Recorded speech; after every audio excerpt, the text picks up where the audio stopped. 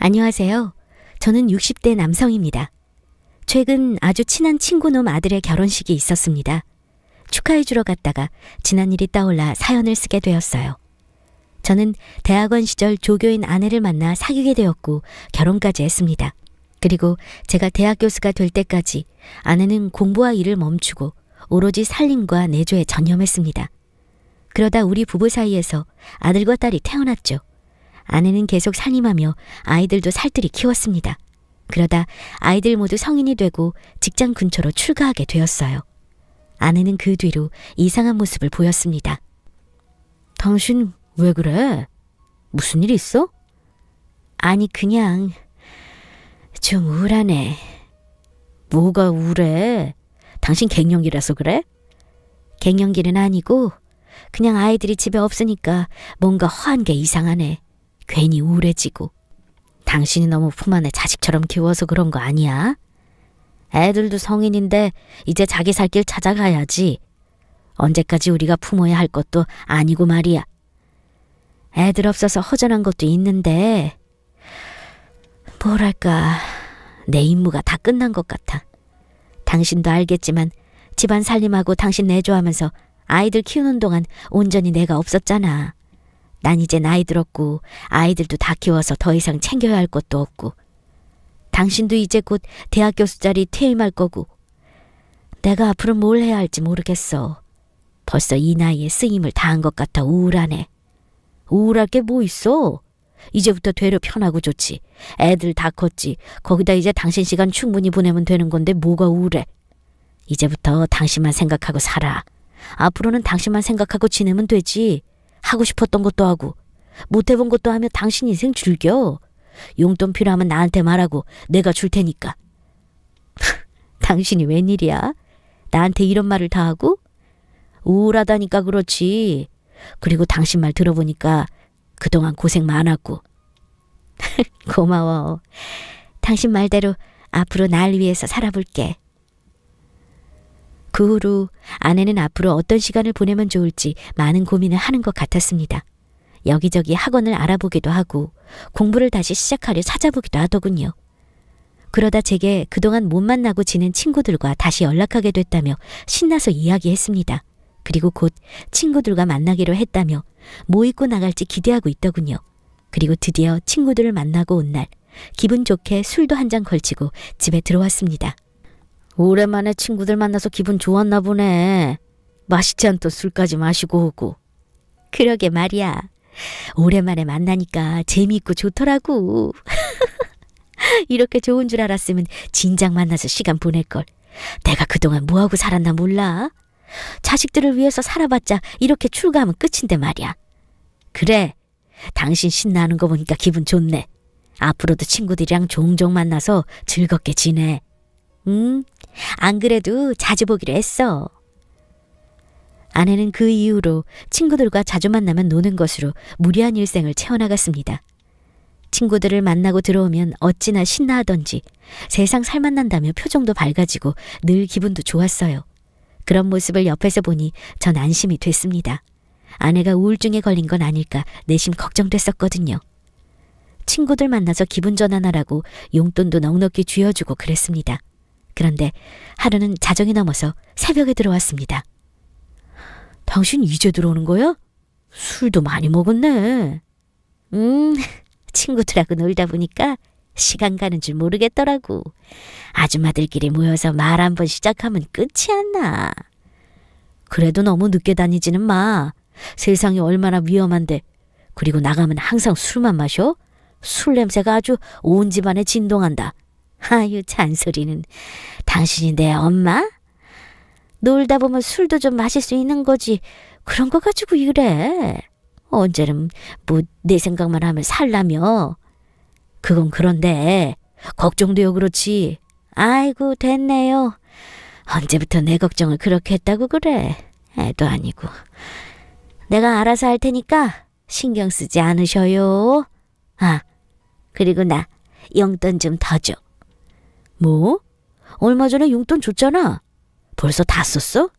아니, 저번에 친구들 만났을 때 밥값이 꽤 나왔는데 한 친구가 그걸 다 계산했거든. 그런데 친구들이 나보고도 한 통 내라고 하네. 명색이 교수 부인인데 한번 사야 하는 거 아니냐고. 그동안 친구들 못 만나기도 했고 겸사겸사 내가 한턱 쌌어. 그러다 보니까 돈이 부족하잖아. 아무튼 알겠지? 그럼 부탁할게. 아내 말을 듣고 용돈을 주었는데 그 뒤로도 수시로 용돈을 더 달라고 했습니다. 처음에는 생활비 받는 거에서 나눠 쓰기도 하더니 나중에는 아예 더 달라고 하더군요. 그래서 저는 그래 그동안 고생 많이 했으니 노후에는 즐겁게 지냈으면 하는 마음에 아내가 달라는 대로 용돈을 줬어요. 그러다 보니 나중에는 아이들 키울 때보다 아내에게 더 들어가는 돈이 많아지더군요. 거기다 친구들과 1박 2일로 여행 가기로 했다며 더 많은 돈을 요구했습니다. 나중에는 아예 집에 잘 들어오지도 않았고요. 전화하면 친구네 집에서 잔다고 하거나 모임 친구들과 여행하러 왔다고 했습니다. 아이들이 출가한 이후 아내는 모임 친구들과 많은 시간을 보내며 자신의 일상을 바쁘게 보냈어요. 나중에는 제가 퇴근하고 집에 왔을 때 아내가 없는 것은 당연시 되었습니다. 그러다 어쩐 날은 옷장을 보며 신경질을 내더군요. 아휴, 도대체가 입을 만한 게 하나도 없어. 아유, 왜 그렇게 성질을 내고 그래? 그리고 입을 옷이 왜 없어? 옷장에 옷이 차고 넘치는구만. 차고 넘치면 뭐해? 입을 만한 게 단 한 가지도 없는데. 안 되겠다. 내일 당장 백화점에 가서 옷도 좀 사고 신발도 사고 간 김에 가방도 하나 봐야겠어. 당신 원래 옷 잘 안 사 입잖아. 신발이며 가방이며 갑자기 무슨 바람이 불어서 그래?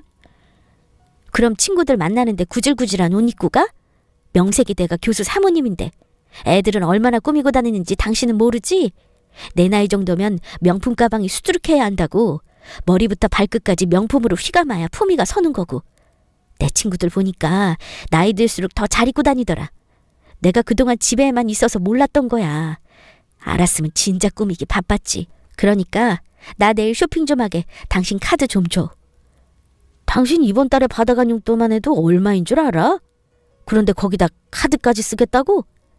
아니, 당신이 돈이 없어 뭐가 없어? 나한테 그 정도도 못 해줘? 정말 서운하네. 그동안 내가 누구 때문에 이러고 살았는데 당신만 아니었으면 나도 계속 공부해서 교수 될 수도 있었을 거라고. 기껏 희생해서 애들이랑 당신만 보면 뒤치다거리 했더니만 겨우 이깟 돈으로 핀잔을 줘? 따지고 보면 그동안 내 노동값 받는 거야. 당신은 일하다 퇴근하면 끝이겠지만 살림에 퇴근이 어딨어? 온종일 집안일 하랴 애들 키우랴 거기다 당신까지 챙기랴 내 몸은 10개라도 부족했다고. 당신 말 무슨 소린지 이해하겠는데 그래도 이건 아니지. 무조건 달라는 대로 줄 수도 없는 거며 이렇게 막무가내로 소비하다 보면 나중에는 우리 노후 자금도 없어질 판이야. 당신이 나한테 받았으니까 잘 모르나 본데 이번 달에 쓴 돈만 1,000만 원이 넘는다고. 아무리 친구들과 어울린다고 돈을 써도 누가 한 달에 그렇게 쓰겠어? 상식적으로 이건 당신이 도를 넘은 거야. 당신 정말 돈 가지고 이렇게 째째하게 굴 거야? 그럼 그동안 내 노동값이라도 달란 말이야. 아니면 내 노후자금 한번 미리 다 당겨줘도 되고. 참, 당신 퇴직하면 퇴직금 나올 거 아니야. 그거 반 나눠. 당신 교수 생활할 동안 내가 내조한 덕도 있잖아. 나 그 정도는 받을 권리 있어. 허허이, 이 사람 참. 집사람의 돈 욕심은 날이 갈수록 심해졌습니다. 이제 하다하다 제 퇴직금까지 이야기할 줄 몰랐어요. 물론 퇴직금 받으면 아내와 함께 노후자금으로 사용하려 했지만 이렇게 반을 아예 나눠달라고 할 줄 몰랐죠. 그로 인해 돈 문제와 아내와 신랑이 하는 일은 계속 늘어만 갔습니다. 그러던 중 첫째 아들이 결혼하게 되었고 정신없이 결혼 준비하니 어느새 결혼식 당일이 되었어요. 그리고 아들의 결혼식에는 감사하게도 제 지인들이 축하해주러 많이 오셨습니다. 그동안 한 번도 놓치지 않고 주변 지인들의 경조사를 챙겨 그런 걸까. 한 분도 빠짐없이 오셔서 축하를 해주시더군요. 그래서 제 이름으로 들어온 축의금이 꽤 됐습니다. 결혼식 마무리하고 아들이 따로 제게 오더니 봉투를 내밀었습니다. 아버지, 이거 오늘 들어온 축의금이에요. 그래? 생각보다 꽤 많이 들어왔네. 이걸로 너희 신혼집 살림에 더 보탬될 수 있겠어. 다시 한번 결혼 축하한다, 아들. 감사해요. 그리고 이 축의금은 우선 아버지가 가져가 주세요. 이걸 내가? 아니, 너희들이 챙겨야지. 아버지 지인분들이 많이 오셔서 이 정도 나온 거기도 하고 아버지가 갖고 계시는 게 맞을 것 같아서요. 아이고 이놈아, 부모로서 자식에게 보탬되고 싶은 마음을 이리 몰라? 너 자꾸 아빠 마음 무시하면 정말 섭섭하다. 알겠어요, 아버지. 그럼 감사히 받을게요. 그런데 바로 신혼여행 가면 이 돈 챙기기 어려울 것 같아요. 돈 금액이 꽤 커서 은행에 넣어야 할 것 같은데 아무래도 들고 가기 불안해서요. 아버지께서 가지고 집에 가주세요. 그래, 알겠다. 그럼 내 말대로 큰 돈이니 불어날 수 있지. 그럼 내가 가지고 가서 맡아놓고 있을 테니까 신혼여행 다녀오면 그때 줄게. 우리 아들 잘 다녀와. 아들이 부탁하는 저는 축의금을 챙겨 집에 왔습니다. 그리고 안방에 잘 보관해 두었어요. 그 모습을 본 아내가 궁금한 듯 이게 뭐냐고 물어왔습니다. 당신 그 봉투 뭐야? 아까 세훈이가 건네는 것 같던데? 이거 축의금. 축의금? 그걸 왜 세훈이가 당신한테 줘? 나한테 말도 없이? 잠시 맡긴 거야. 금액이 꽤 되는데 이 큰 돈을 신혼여행 갈 때 가져갈 순 없잖아. 당장 은행에 맡길 수도 없고 말이야. 큰 돈? 돈이 얼마나 되는데 그래? 뭐 이것저것 대충 계산해보면 한 5천 정도 돼. 뭐? 5천? 아니 무슨 축의금이 이렇게나 많이 들어왔대 그래? 그러게 나도 금액 두고 놀랐어. 감사하게도 여러 지인분이 큰 금액을 넣어주셨더라고. 참, 당신 지인들도 왔었나? 아까 인사 나누는 것 같던데? 응, 아까 왔었지. 그런데 바빠서 얼굴만 비추고 갔어. 안 그래도 바쁜데 와줘서 고맙다고 전화 좀 하려고. 그런데 친구들이랑 전화하면 수다로 이어져서 통화가 길어지네. 당신 먼저 씻고 자. 난 통화 마치고 알아서 잘게. 그래, 알았어. 안 그래도 내가 결혼식 하는 것도 아닌데 왜 이리 피곤한지. 씻고 나 먼저 일찍 잘게. 아내는 친구들과 통화한다고 다른 방으로 갔고 저는 많이 피곤했는지 씻고 눕자마자 바로 잠이 들었습니다. 그렇게 한참을 자고 있는데 어디선가 부산스러운 소리가 들리더군요. 잠결에 들리는 소리에 영 신경이 쓰였는지 저도 모르게 눈을 떴습니다. 그리고 옆을 봤는데 아내가 손에 줄이 묶인 채 누워있고 제 손에도 줄이 묶여 있었어요. 이게 어떻게 된 상황인가 싶어 주변을 둘러봤더니 어두운 방 안에 누군가 안방을 뒤지고 있었습니다. 저는 놀란 마음에 소리쳤어요. 당신 누구야? 제 목소리를 듣고 안방을 뒤지던 낯선 이는 흠칫 놀란 듯 싶더니 열린 서랍 속 축의금 봉투를 발견하고 재빨리 집을 빠져나갔습니다. 그제야 아내는 긴장을 풀고 놀란 마음을 터뜨리더군요. 전 울고불고 난리난 아내의 손에 묶인 줄을 겨우 풀어주고 제 손에 줄을 풀었습니다. 그리고 바로 경찰에 신고했어요. 살면서 도둑이 든 것은 처음이라 많이 놀랐습니다. 그런데 저뿐만 아니라 아내도 매우 놀란 듯 했죠. 경찰은 집안을 둘러보더니 말했습니다. 보니까 저쪽 방을 통해서 침입한 것 같습니다. 창문이 열려 있더라고요. 저쪽 방 창문이요? 그 창문은 잘 열어놓지 않은데 왜 열려 있었지? 어머, 내 정신 좀 봐. 내가 아까 열어놨어. 친구랑 통화하다가 좀 더운 것 같아서 창문을 열었는데 내가 정신이 없는지 닫는 걸 깜빡했나 봐. 내 실수로 도둑이 든 거였어. 미안해, 여보. 아, 그렇게 된 거구나. 미안하긴. 됐어, 괜찮아. 당신이랑 내가 안 다치고 무사한 것만 해도 어디야? 다행이지. 그래도 우리 세훈이 축의금인데 그걸 홀랑 가져가 버렸으니 어떡해. 지금 돈이 문제야? 돈보다 중요한 게 사람 목숨이야. 세훈이도 그렇게 생각할 거고. 걱정하지 마. 세훈이 축의금은 내 돈으로 해결하면 되니까. 그나저나 당신 어디 다친 데 없어? 응, 난 괜찮아. 당신은? 나도 어디 다친 곳 없어. 그래, 다행이다. 괜히 나 때문에 도둑이나 돌고. 그래도 우리 둘 다 해코지 안 당하고 무사하니 다행이야. 만약 잘못됐어 봐. 아유, 난 정말 상상하기도 싫어. 그래, 우리 둘 다 어디 다친 곳 없이 무사하니까 다행이지. 앞으로 나머지 일은 경찰에 맡기면 되니까 당신 너무 걱정하지 마. 내가 해결할게. 네, 우선 오늘은 문이랑 창문 점검하시고 주무시고요. 저희는 수사하는 대로 뭐 좀 나오면 연락드리도록 하겠습니다. 경찰관님, 도둑 잡을 수 있는 거겠죠? 돈이 꽤 크긴 한데 우리 아들 축의금이거든요. 수사를 해봐야 알겠지만 말씀해주신 인상착의로 봤을 때 얼굴을 다 가린 상태이니 수사기간이 좀 걸릴 것 같습니다. 금방 CCTV도 뒤져볼 거지만 잡기 어려울 수도 있어요. 그래도 최선을 다해 수사해 보겠습니다. 앞으로 순찰도 더 강화하고요. 아, 그렇구나. 알겠습니다. 잘 부탁드려요. 아내는 자신의 실수 때문에 아들의 축의금을 도둑 맞았다며 속상해하였고 계속 마음에 걸렸는지 경찰분께 연신 부탁했습니다. 저도 아내처럼 마음이 편치 않았지만 못 찾을 때 제 돈으로 해결해야겠다 싶었습니다. 그리고 혹시나 나중에 아들이 이 사실을 알게 되면 많이 놀랄 수도 있으니 아내에게는 우리 서로 비밀로 하자고 했고요. 그렇게 놀란 마음을 진정시키며 그날 일을 서서히 잊어간 지 한 달 정도 되었을까요. 어느 날 경찰서에서 연락이 왔습니다. 돈을 훔쳐간 도둑을 잡았다는 소식이었어요. 저는 하던 일을 급히 마무리하고 경찰서로 향했습니다. 그런데 경찰서에 들어가자마자 아내가 보였어요. 경찰서에서 아내에게도 연락한 건가 싶어 아내에게 아는 척을 했습니다.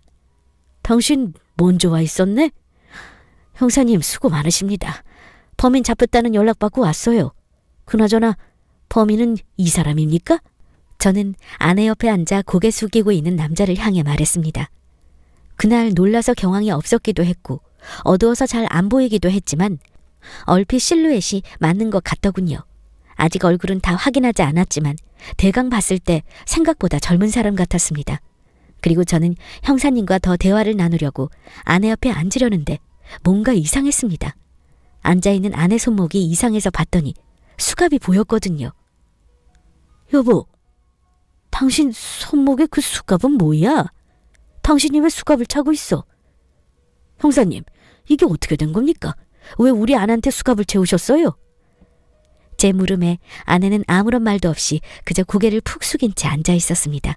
그러자 형사님께서 한숨을 푹 내쉬더니 말씀하시더군요. 이거 어떻게 말씀드려야 할지 난감하지만 이 사람은 현행범으로 잡힌 거고요. 부인은 같이 공모한 정황이 밝혀져서 여기 계신 겁니다. 네? 지금 무슨 소리를 하시는 거예요? 우리 아내가 공범이라고요? 여보, 당신이 이야기해봐. 지금 형사님이 뭔 오해를 하고 계신 거지? 그렇지. 그럴 리 없잖아. 이게 무슨 말도 안 되는... 제 물음에 고개만 푹 숙이고 있던 아내는 울음을 터뜨렸습니다. 그리고 계속 제 눈을 피했어요. 부정하지 않은 모습을 보자 전 그 모습에 순간적으로 많은 감정이 뒤섞였습니다. 그리고 주체 못하는 화를 감당하지 못하고 아내의 뺨을 내리쳤어요. 아내는 제게 뺨을 맞고 놀랐는지 한 손으로 뺨을 감싸고 토끼 눈이 되어 저를 쳐다봤습니다. 공범? 당신이 공범이라고? 내가 이놈이랑 짜고 치고 돈을 훔쳤다는 거야 지금? 그래놓고 감쪽같이 나를 속여? 당신이 어떻게 나한테 이럴 수 있어? 그 돈이 어떤 돈인지 몰라서 그래? 아무리 돈에 미쳤어도 건드리지 말아야 할 돈이 있지. 어미로서 자식 돈에 눈이 돌아갔냐? 여보, 미안해. 나도 그때는 정신이 아니었나 봐. 당신 말처럼 그러는 게 아닌데. 당신 이 자식이랑 무슨 사이야? 무슨 사이길래 공범으로 여기 있냐고? 거짓말하지 말고 바른 대로 말해. 더는 날 속였다간 내가 당신 가만 안 둘 거야. 그러니까 사실대로 다 말해. 그게 실은... 그러니까 내가 자식들 출가하고 집에서 혼자 있으니 외롭고 쓸쓸했나 봐. 친구들 만나서 노니까 사는 맛 나고 내가 모르는 세상이 있더라고. 그러다 친구들이랑 같이 술집에 갔는데 거기서 남자들이랑 놀았어. 그냥 한번 재미삼아 논 것뿐인데 몇 번 만나게 되더라고. 그래서 이 자식이랑 잤어? 갈 때까지 간 거야 지금? 내 입으로 불륜 저질렀다는 소리 하는 건 맞지? 미안해 여보. 그러면 안 되는 거 나도 아는데 술김에 저지른 일이 나중에는 아무렇지 않게 되더라.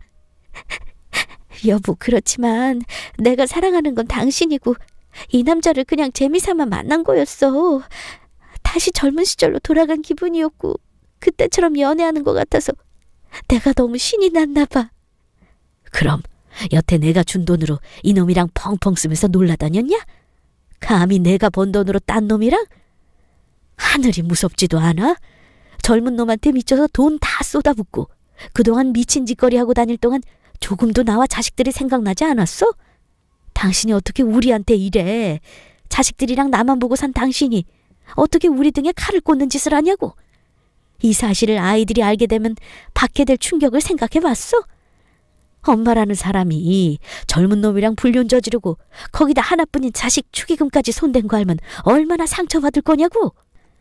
아내는 제 이야기를 듣고 계속 흐느끼더니 자식이란 말에 순간적으로 정신이 돌아왔는지 급하게 무릎을 꿇고 제게 애원했습니다. 여보, 제발. 내가 정말 잘못했어. 앞으로 내가 저지른 죄 달게 받을게.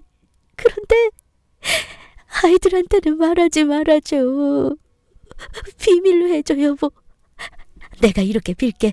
우리 세훈이가 이거 알면 얼마나 날 미워하겠어. 그냥 내가 잠시 미쳤던 건데. 그러니까 당신이 돈만 줬어도 애초에 이런 일은 없었을 거야. 당신이 그랬잖아? 날 위한 삶을 살라고. 이게 정답은 아니지만 나 그래도 그동안 행복했어. 집에만 갇혀있다가 여러 사람 만나고 놀러 다니니까 그동안 내가 살아온 인생이 헛된 것 같았다고. 내가 당신하고 아이들한테 잘못한 건 맞지만 그래도 그 시간 동안 내가 살아있음을 느낄 수 있었단 말이야. 그래서 나도 모르게 조금만 더 한 게 이렇게 되고 말았어. 변명하지 마. 좋아하니까. 네가 아무리 뭐라고 말해도 내 죄는 달라지지 않고 넌 우리 아이에게 큰 상처를 줬어. 난 이 사실 한 톨의 거짓도 없이 아이들에게 다 전할 거고 아무리 미쳐도 도덕성은 잃지 말았어야지. 넌 새로운 삶을 살아가고 있다고 느끼는 동안 사실은 널 망가뜨리고 있었겠지. 불륜을 저지른 것만으로도 이미 큰 죄인데 내 연남이랑 짜고 아들 축의금을 훔친 건 정말 최악이야. 넌 엄마 자격 없다. 아내는 계속해서 울부짖으며 제게 용서를 구했지만 전 그런 아내를 못 본 척하며 곧바로 아들에게 연락했습니다. 그리고 경찰서에 오라고 했어요. 얼추 아들의 퇴근 시간이라 생각보다 일찍 도착할 수 있었습니다. 그리고 경찰서에 들어가기 전 미리 아들에게 그동안 벌어졌던 일을 이야기했고 아내의 잘못도 다 털어놓았죠. 아들은 제 말을 듣고 믿지 못하겠다는 표정으로 경찰서에 들어가더니 의자에 앉아 수갑을 차고 있는 아내를 보자 멍하니 쳐다보기만 하더군요. 아내도 뭔가 느꼈는지 고개를 돌려 아들의 얼굴을 확인했습니다. 그리고 곧바로 아들 앞에 무릎을 꿇고 대성통곡했어요. 세훈아, 엄마가 나 미안해. 정말 너한테는 얼굴 볼 자신이 없을 만큼 너무 큰 죄를 지었다. 엄마가 미쳐도 곱게 미쳤어야 하는데 너한테 큰 상처를 줘서 미안해. 응? 그렇지만 세훈아, 엄마 널 정말 사랑해. 잠시 엄마가 미쳤었다고 이해해주면 안 될까? 엄마 아빠랑 헤어지기도 싫지만 너희들과도 헤어지기 너무 싫어. 그러니까 제발 이 못난 엄마를 한 번만 용서해주면 안 되겠니? 앞으로 엄마가 평생 너희들에게 지은 죄 갚으면서 살게 해줘. 옆에만 있게 해줘, 제발. 진짜 엄마가 이러고 있을 줄 몰랐네. 아버지 말씀 듣고 믿지 못할 것 같았는데 막상 내 눈으로 수갑 차고 있는 엄마 모습을 보니 다 사실이었구나. 엄마, 정말 미안한데 앞으로 2번 다시는 엄마 보고 싶지 않아. 진짜 내 엄마라는 사람이 이 정도밖에 안 되는 사람이었구나 싶으니까 오만정이 다 떨어지고 창피해. 앞으로 우리 눈앞에 나타나지 말아줘. 자식으로서 철륜 끊는다고 죄를 지었다면 기꺼이 그 죄 달게 받을 테니까. 앞으로 엄마는 없다고 생각하고 살게. 아버지, 가요. 아들은 차갑게 고개를 돌려 저와 함께 경찰서를 빠져나왔습니다. 아내는 흐느끼며 큰 소리로 우리를 불렀지만 아들과 저는 뒤 한번 돌아보지 않았습니다. 그리고 그 이후 경찰서에서 전달받기로 내연남은 현행범이니 징역 살게 되었고 아내는 공범이지만 징역은 피하게 되었다고 했습니다. 하지만 그렇다고 달라질 건 없었어요. 아내 짐을 싸서 집 앞에 모두 내놨고 현관 비밀번호도 바꿔놨습니다. 아내는 모든 것이 마무리되고 짐을 챙겨 친정으로 갔습니다. 그리고 상담받은 변호사를 통해 아내와 이혼도 하게 됐습니다. 아내는 가끔 얼굴만 보여달라며 연락이 왔지만 우리 가족 모두 아내에게 등을 돌렸어요. 더 이상 제게 아내는 없고 아이들에게도 엄마란 사람은 없으니까요. 오랜만에 친구 아들의 결혼식을 다녀오니 그때 생각이 나서 이렇게 사연 쓰게 되었습니다.